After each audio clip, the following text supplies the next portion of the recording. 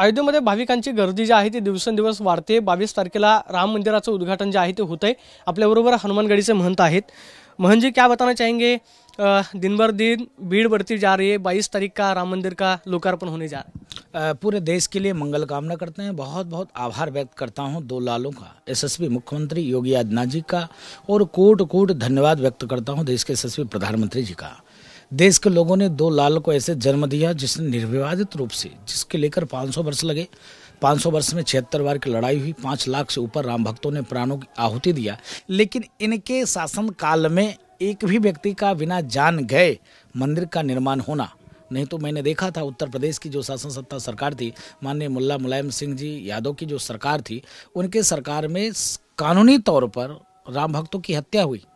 आप समझिए, जहां पर 76 बार लड़ाई हुई हो और 5 लाख से ऊपर लोगों की प्राण गए हों, उस जगह पर निर्विवादित रूप से बिना एक बूंद खून गिरे नव भव्य दिव्य मंदिर का निर्माण, इसके अलावा अयोध्या की चौमुखी विकास, चाहे वो एयरपोर्ट हो, चाहे वो रेलवे स्टेशन हो, चाहे वो हॉस्पिटल हो, चाहे वो नदी हो, चाहे वो कुंड हो, चाहे वो तालाब हो, चाहे भक्ति पथ हो, चाहे राम पथ हो, चाहे राम जन्मभूमि का वो मुख्य मार्ग हो, चौड़ीकरण, सौंदर्यीकरण, इतना खूबसूरत। आप जब उतरेंगे, रोडों का अवलोकन करेंगे, मुआयना करेंगे, देखने के बाद अति प्रसन्नता होगी। अगर कहीं गलती से आप साल 2 साल पहले यहाँ पर आए होते, देखे होते, तो आपको पता चला होता कि जो है वहाँ पर किस प्रकार से अयोध्या की स्थिति और परिस्थिति रही है। लेकिन आज अयोध्या की स्थिति परिस्थिति बदल चुकी है, सुंदर हो चुकी है, सर्वांगी विकास हो रहा है। यहाँ पर किसी भी प्रकार से किसी भी व्यक्ति को तकलीफ नहीं। बाला साहब ठाकरे जी जब थे तब उन्होंने कहा था कि मस्जिद जब शिव सैनिकों ने गिराई होगी, ढांचा उसका गिराया होगा तो मेरे को अभिमान है। आज बाला साहब ठाकरे होते तो यहाँ आ सकते थे, और अभी उद्धव ठाकरे जी कहते हैं कि राम हमारे दिल में है और लोगों के हाथ में काम के लिए राम है। नहीं, बाला साहब ठाकरे के जो भाव थी, उन्होंने कहा था गर्व से कहो हम हिंदू हैं।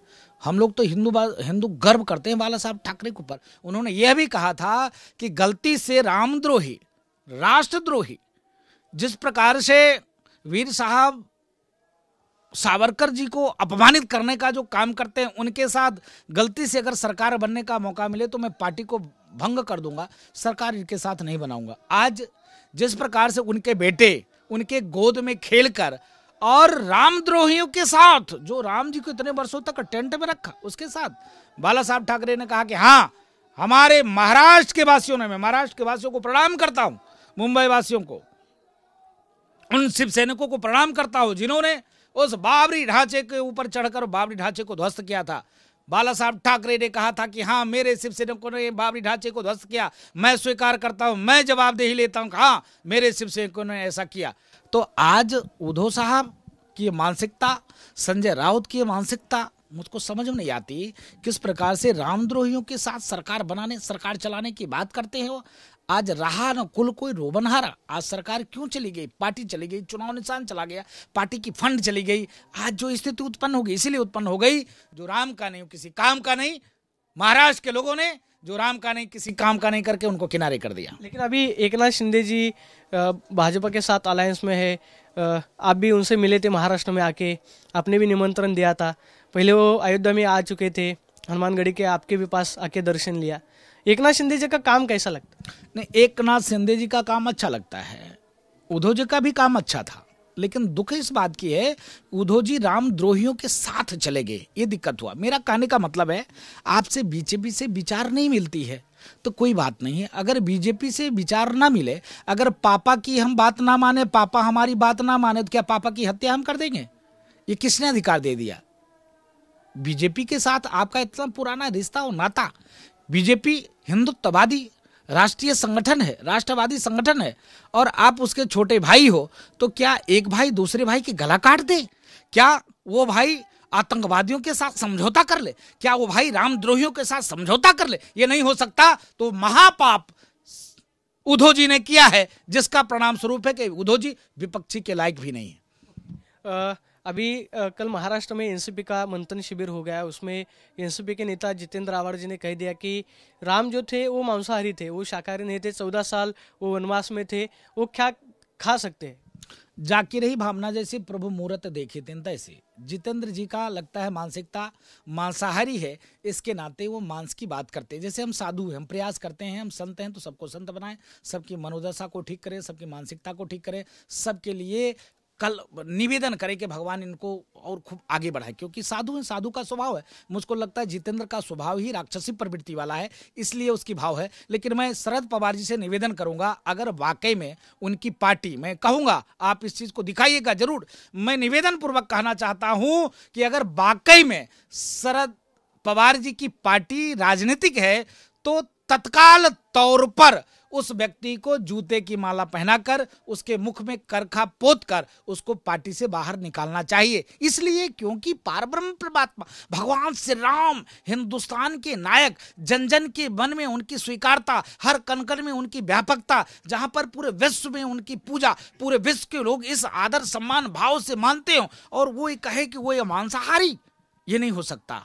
कोल, व्हील, बंदर, जिस प्रकार से मां सबरी को गोद में बैठे, जिस प्रकार से केवट को उन्होंने गले लगाया, जिस प्रकार से निषाद राज को गले लगाया, केवट से निहोरा किया कि भैया नैया पार उतार दो। आप समझो सर्वशक्तिमान कहूंगा महाराजा दशरथ, देवताओं के लिए जब देवताओं की पुण्य छीन हो जाया करती थी तो देवताओं के लिए युद्ध लड़ा करते थे सदेह जाकर। उनके बेटे जंगल में सहयोग किसके लिया?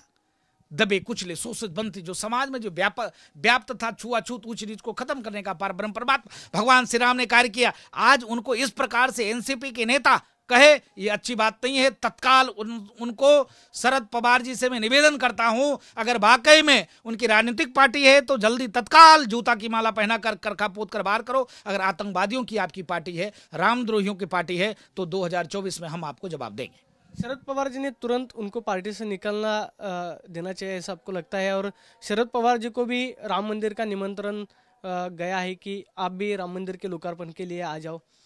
देखिए, मैं पुनः निवेदन करूंगा, हनुमान जी ने ऐसी गदा चलाई, ऐसी ये गदा चलाई कि पूरे देश में सनातन में वातावरण और सनातन विचार की सरकार बनी।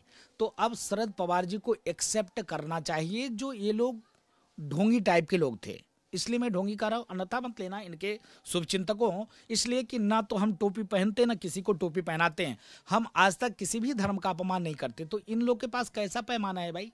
सनातन को गाली दो, सनातन को नीचे दिखाओ, ये सेकुलरिज्म का पैमाना है क्या? सेकुलरिज्म का मतलब होता है सबका साथ, सबका विकास, सबका विश्वास, सबका सम्मान। किसी भी धर्म के प्रति आपका आस्था नहीं है, उस धर्म को आप गाली नहीं दे सकते। आपको अधिकार किसने दिया है? संविधान भी अधिकार नहीं देता। तो गैर संवैधानिक तौर से आप किसी धर्म को अपमानित करोगे, ये तो नहीं चलेगा। इसके नाते अगर शरद पवार जी को निमंत्रण मिला है तो शरद पवार जी को आना चाहिए, क्योंकि परमात्मा सबके हैं, जितना मेरे हैं हमसे कहीं ज्यादा आपके भी हैं। तो न्योता मिला तो आइए।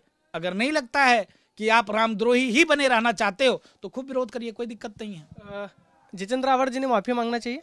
नहीं, माफी तो एकदम नहीं मांगना चाहिए, इनके खिलाफ कार्रवाई होनी चाहिए, क्योंकि उन्होंने कोई छोटी बात नहीं कही है। इतनी अभद्र बात की है जिसकी कोई कल्पना भी हम नहीं कर सकते हैं। आप एकनाथ शिंदे जी को कुछ कहेंगे उनके ऊपर पुलिस कार्रवाई? एकनाथ शिंदे जी धार्मिक व्यक्ति हैं। मैं आपके चैनल के माध्यम से एकनाथ शिंदे जी को निमंत्रण दिया था, वो आए भी थे, उन्होंने भव्य कार्यक्रम यहाँ पे किया था। मैं पुनः उनसे निवेदन करता हूँ आपके चैनल के माध्यम से आपके लोग वहां तक मेरी बात को पहुंचाएं। तत्काल इसके खिलाफ कार्रवाई होनी चाहिए। बर्दाश्त होने की योग्य उन्होंने बात नहीं की। जितेंद्र आव्हाड जी अयोध्या आएंगे तो आप आने देंगे? नहीं, उनको तो मैं निवेदन करता हूं कहीं पे जाएं, देश के किसी भी कोने में जाएं, अगर वाकई में कोई हिंदू है तो उसका जूता से स्वागत होनी चाहिए। आपण पाहतोय की जितेंद्र आव्हाडांनी माफी मागायला नकोय, मात्र त्यांच्यावरती कारवाई जी आहे ती लवकरात लवकर व्हावी। आणि राज्याचे मुख्यमंत्री एकनाथ शिंदे यांना या चॅनलच्या माध्यमातून आवाहन आहे की त्यांनी जितेंद्र आव्हाडांवरती कारवाई करावी, अशी प्रतिक्रिया महंतांनी दिल्याचं पाहायला मिळते। Camera person Rakesh Sonavi, Pradeep Kapse, TV9 Marathi, Ayodhya.